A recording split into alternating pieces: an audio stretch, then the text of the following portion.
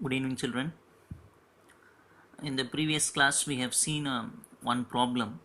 I hope you would have practiced that sum. I told that it is an important problem. I hope that you would have practiced that. In this class, we will see few concepts based on which we will go for the next exercise as well. Okay, what are the concepts that we are going to see is the first one is polar form of a complex number. See the heading, polar form of a complex number. This is the heading. Already we know what is mean by a complex number. What is a complex number? It is of the form a plus ib. The standard form is a plus ib. Now another format of complex number is given, polar form.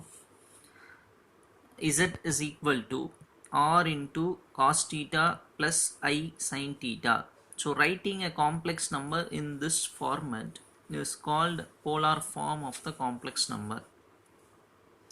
Again I repeat, this is called polar form of a complex number. Z means we know very well it is a complex number.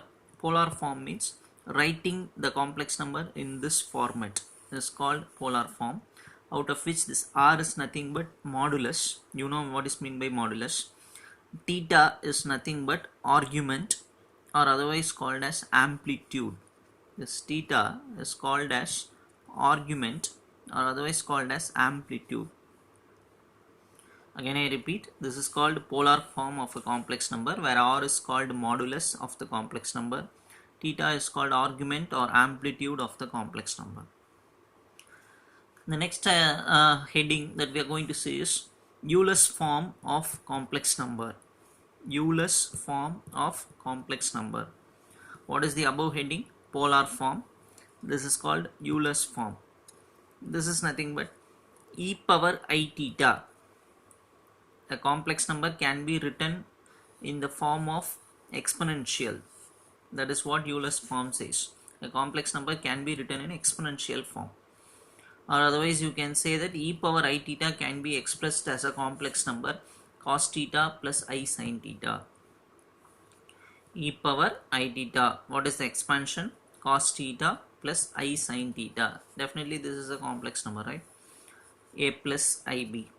So in Euler's form we are having another expansion. E power I theta can be expanded like cos theta plus I sin theta, or otherwise this can be written in this format. Suppose for example, if e power I 2 theta is there, means then we can write that as cos 2 theta plus I sin 2 theta. So this is nothing but Euler's form of complex number. Next we will see another heading, how to find principal argument theta. We have already seen theta means argument. Now how to find principal argument, which in the next exercise we are going to do. So in those problems we need to find principal argument theta. Now how to find that theta value? We are having following steps. We should follow two steps. The first one is we have to find alpha value. I'll tell you what is alpha. We should find alpha value using the formula alpha is equal to tan inverse y by x, where this y is called imaginary part, x is called real part, which means the complex number is x plus iy. Even you can say tan inverse b by a. Tan inverse b by a. Actually in this formula even you can have modulus symbol over here, that is modulus of y by x. Modulus of y by x, which means we should take only positive values. So for calculating principal argument theta, there are two steps. First one is we should calculate alpha. How to calculate alpha? Using the formula alpha is equal to tan inverse modulus y by x. What is y? I told you, imaginary part. What is x? Real part. Okay, now we found out alpha using this formula. The next one, from alpha only we are going to find this theta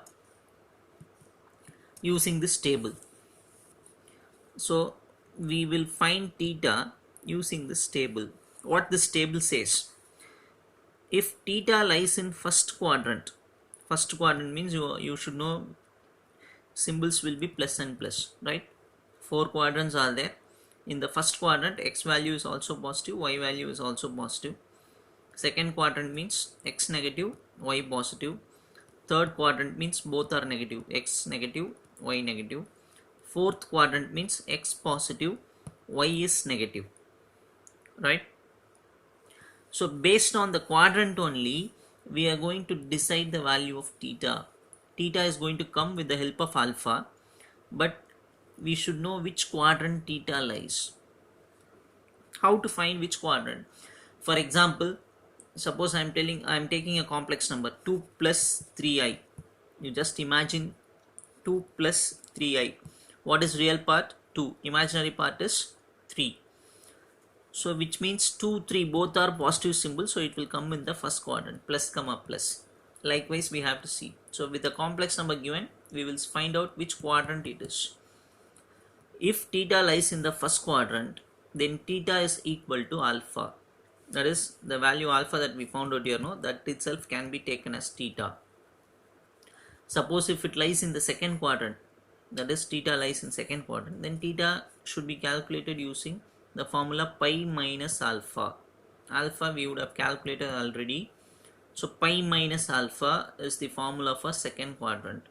Third quadrant means theta equal to minus pi plus alpha. Fourth quadrant means theta is equal to minus alpha. So you should thorough with this table. Even all these things you should clearly read. Again I repeat, in this heading we are learning how to find principal argument theta. 2 steps are there. First find out alpha using this formula. Then which quadrant accordingly you find theta. First quadrant theta equal to alpha. Fourth quadrant theta equal to minus alpha. Second quadrant theta pi minus alpha. Third quadrant theta equal to minus pi plus alpha. Is it right? So try to learn all these things. We will see few more properties. That is properties of polar form. We have properties of polar form. See, if z is a complex number which is written in polar form, z is a complex number which is written in polar form, then its inverse, z inverse is given by the formula. If r is present here means I should put 1 by r, and plus symbol should be changed to minus symbol. This is a property of polar form. If z is this, then z inverse should be written like this. R is converted as 1 by r. Cos theta plus I sin theta will be changed to cos theta minus I sin theta.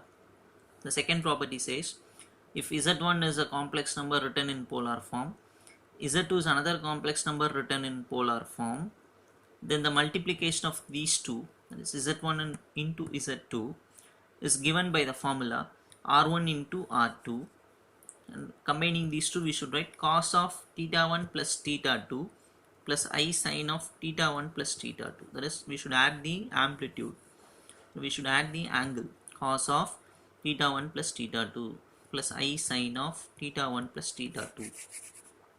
So when two complex numbers are in polar form, multiplication should be done like this. This property says multiplication should be done like this. That is, you just multiply r1 and r2. How to multiply this? Put cos, add the angles theta 1 plus theta 2 plus I sin, add the angles theta 1 plus theta 2. This is what property 2 says. Property 1 is how to find z inverse. Property 2 is if we have two complex number in polar form, how to multiply. This is how we should multiply. Property 3 says, again, if two complex number are in polar form, then its quotient is given by, here we have seen the multiplication, and this quotient is given by, we should divide the modulus, that is r1 by r2, and here cos of, subtract the angles theta 1 minus theta 2 plus I sin of theta 1 minus theta 2. Could you able to understand this? These are all properties. How we are going to multiply two complex numbers which is in polar form. How we are going to divide two complex number which is in polar form. These are the multiplication technique and division technique.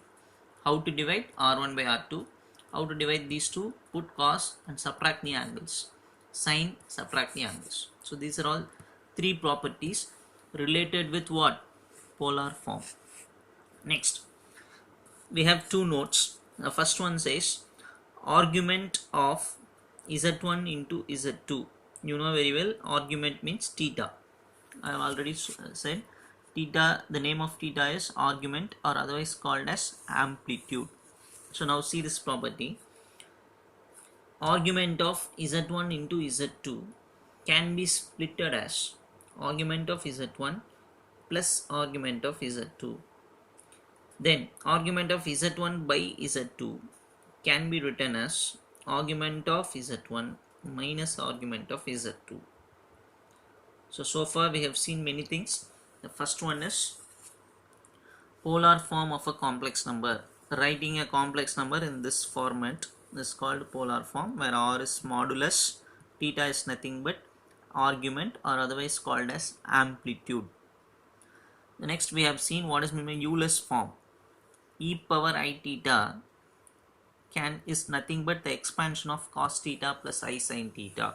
This is complex number that can be shortly written like this, e power I theta. Exponential form we can change. The third one, how to find principal argument theta. Two steps. Find alpha first using the formula tan inverse y by x with the modulus symbol. After finding this alpha, then only we should find theta according to the quadrant. If theta lies in the first quadrant, take this. Second quadrant, pi minus alpha. Third quadrant, minus pi plus alpha. Fourth quadrant, theta equal to minus alpha. And then we have seen few properties of polar form. If z is a complex number given like this, its inverse is given by change r to 1 by r. Symbol plus should be changed as minus. That is called finding inverse of polar form. If two complex numbers are written in polar form, r1 theta 1, r2 theta 2. This is polar form of first complex number, polar form of second complex number.